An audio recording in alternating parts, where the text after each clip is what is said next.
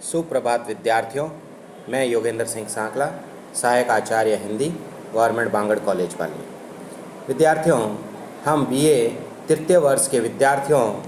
के प्रथम प्रश्न पत्र के अंतर्गत हम मैथिली शरण गुप्त के केकई अनुताप का व्याख्यात्मक अध्ययन कर रहे थे, जिसके अंतर्गत हमने ये पढ़ा था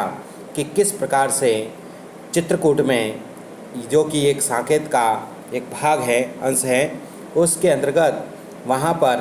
चित्रकूट में एक सभा का आयोजन होता है। वहाँ पर केकई अपना संपूर्ण पश्चाताप प्रकट करती हैं और सारी सभा के समक्ष अपने द्वारा किए गए कुकृत्य के विषय में वह सभी सभा के समक्ष अपने पश्चाताप को बार बार व्यक्त करती हैं। और उसी क्रम में हम आगे पढ़ रहे थे, तो उसी का हम व्याख्यात्मक अध्ययन करते हैं। तो हम देखते हैं कि वह क्या कहती हैं। केकई कहती हैं, छल किया भाग्य ने मुझे अयश देने का, बल दिया उसी ने भूल मान लेने का। अब कटे सभी वे पास ना सके फेरे, मैं वही केकई वही राम तुम मेरे। होने पर बहुधा अर्धरात्रि अंधेरी, जी जी आकर करती पुकार थी मेरी। लो कुहकिनी अपना कुहक राम यह जागा, निज मंजली माँ का स्वप्न देख उठ भागा। यहाँ पर एक वात्सल्य या एक ममता का, जो माँ की ममता होती है, उस माँ की ममता का प्रेम किस प्रकार से जब प्रभु श्री राम और उनके सभी भाई जब बाल्यावस्था में थे, और बाल्यावस्था में जब प्रभु श्री राम किस प्रकार से वे अपनी चंचलता को दिखाते थे और उनका केकई के प्रति किस प्रकार का स्नेह था, तो उस स्नेह की अभिव्यक्ति भी यहाँ पर केकई करती हुई दिखाई देती हैं। और केकई उसी घटना को यहाँ पर दोहराती हैं और यह कहती हैं कि मेरे द्वारा जो कुछ भी किया गया है वह शायद मेरे भाग्य का मेरे ऊपर एक छल था, और वही छल आज मेरे लिए यह अंतर्मन के भावों को स्वच्छ करने का कार्य कर रहा है। तो इसीलिए वह यहाँ पर क्या कहती हैं, देखिए बड़े ध्यान से। केकई राम को संबोधित करते हुए कहती हैं, छल किया भाग्य ने मुझे अयश देने का, कि मेरे भाग्य ने मुझे इस अपयश को देने का मेरे साथ क्या किया है, छल किया है। कि जो मेरा जो भाग्य है उसने ही मुझे अयश का मतलब होता है अपयश देने का मेरे साथ क्या किया है, छल किया है। बल दिया उसी ने भूल मान लेने का, लेकिन परंतु अब उस भाग्य ने ही या उस अपयश ने ही उस भूल को सुधारने और पश्चाताप को प्रकट करने का भी मुझे बल प्रदान किया है। अब कटे सभी वे पास ना सके फेरे, कि अब मेरे अंतर्मन में जो बुरी भावनाएं थी और बुरी भावनाओं से मैं प्रेरित थी, वे सारी बुरी भावनाओं के बंधन कट जाए। अब कटे सभी वे पास ना सके फेरे, कि जो बुरी भावनाओं रूपी फंदे थे वह पूर्ण रूप से अब कट जाए, अर्थात मेरे अंतर्मन में जो बुरे विचार हैं वो सारे दूर हो जाएं।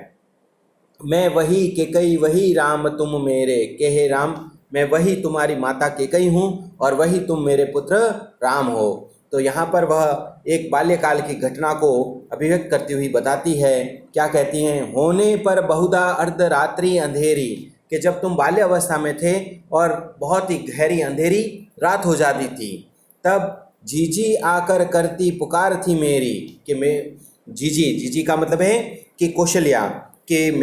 मेरी जीजी यानी कि मेरी बड़ी बहन कौशल्या आकर के मुझे पुकार करके कहती थी, क्या कहती, लो कुहकनी, कि हे चालाक रानी या चालाक केकई, अपना कुहक राम यह जागा, कि तुम्हारा यह जो चालाक पुत्र है वह क्या है, जाग गया है। निज मंजली माँ का स्वप्न देख उठ भागा, और अपनी निज मंजली कि अपनी बीच वाली माता का यानी मध्य वाली माता का स्वप्न देखा उसने नींद में, और देख करके वह तुम्हारी ओर उठ करके भागता हुआ आ गया है कि मैं तो अपनी मंजली माँ के पास जा कर के सोऊंगा। तो इस प्रकार से वह यहाँ पर यह प्रकट करती हैं कि पूर्ण रूप से मतलब मैं तुम्हारे प्रति पहले जिस प्रकार से मेरा तुम्हारे प्रति जो प्रेम भाव था वही प्रेम भाव अब बन गया है। बीच में अवश्य ही मेरे अंतर्मन में अनेक प्रकार की जो दुर्भावनाएं, बुरी भावनाएं हैं वो उत्पन्न हो गई थी, लेकिन वे भावनाएं अब पूर्ण रूप से नष्ट हो चुकी हैं। एक बार पुनः इसको देख लें तो कैकेयी जो सभा में उपस्थित होकर के राम से क्या कहती हैं, छल किया भाग्य ने मुझे अयश देने का, कि मेरे भाग्य ने मुझे ही अपयश देने का मेरे साथ छल किया है। बल दिया उसी ने भूल मान लेने का, लेकिन मेरे उसी अपयश ने या उस भाग्य ने उस भूल को सुधारने और पश्चाताप को प्रकट करने का मुझे बल प्रदान किया है। अब कटे सभी वे पास ना सके फेरे, कि अब मेरे अंतर्मन में जो बुरी भावनाएं हैं और बुरी भावनाओं के बंधन में जो मैं बंधी हुई थी, वे सारे बंधन मुझसे दूर हो जावे।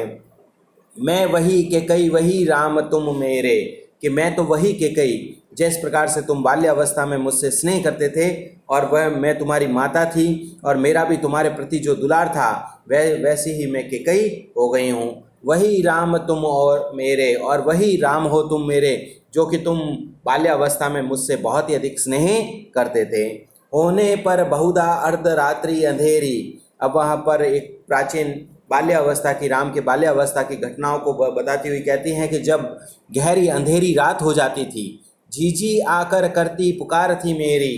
कि जीजी जीजी यानी कौशल्या, कौशल्या आकर के मुझे पुकारती थी और क्या कहती थी, लोकुकिनी के हे चालाक कैकेयी, के चालाक कैकेयी, कुहकिनी का मतलब होता है चालाक, अपना कुहक राम यह जागा, कि यह अपना चालाक राम जो है वह जाग गया है। निज मंजली माँ का स्वप्न देख उठ भागा, कि नींद में इसने अपनी मंजली माँ यानी कि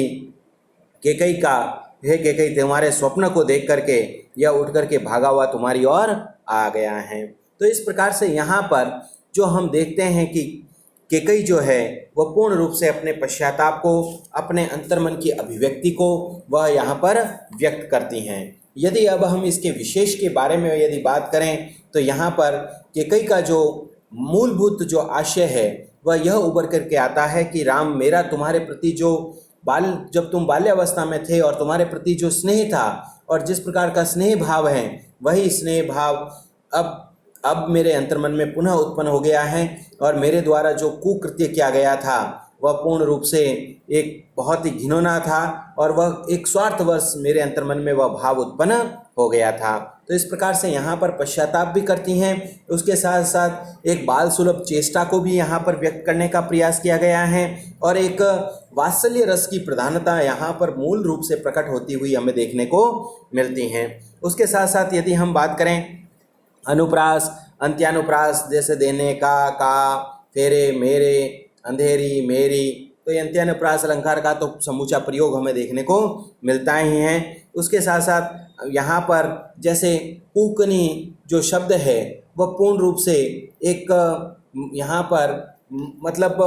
संबोधन के रूप में प्रयुक्त किया गया है कि जैसे कोई जादूगर हो या जादूगरनी हो, उस रूप में यहाँ पर इस शब्द का पूर्ण रूप से प्रयोग जो है वह कैकेयी के लिए हुआ है और कुहक शब्द जो है वह राम के लिए भी यहाँ पर प्रयुक्त होता हुआ हमें देखने को मिलता है। और कैकेयी का जो राम के प्रति जो स्नेह है, जो दुलार है, वह दुलार की भावना भी हमें यहाँ पर दिखाई पड़ती हैं। और यदि हम बात करें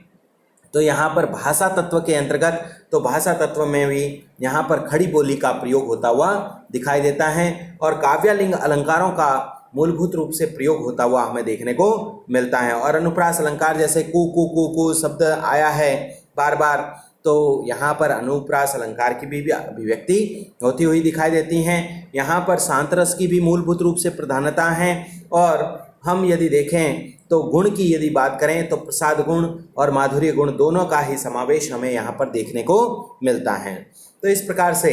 हमने देखा कि किस प्रकार से कैकेयी अपना संपूर्ण पश्चाताप यहाँ पर अपने भावों के अंतर्गत और अपने भावों की अभिव्यक्ति के अंतर्गत वह यहाँ पर प्रकट करते हैं। तो विद्यार्थियों, आज हमने यहाँ तक इसका व्याख्यात्मक अध्ययन किया है। इसी क्रम के अंतर्गत हम अगले वीडियो के अंतर्गत इसका व्याख्यात्मक अध्ययन करेंगे। तब तक के लिए धन्यवाद।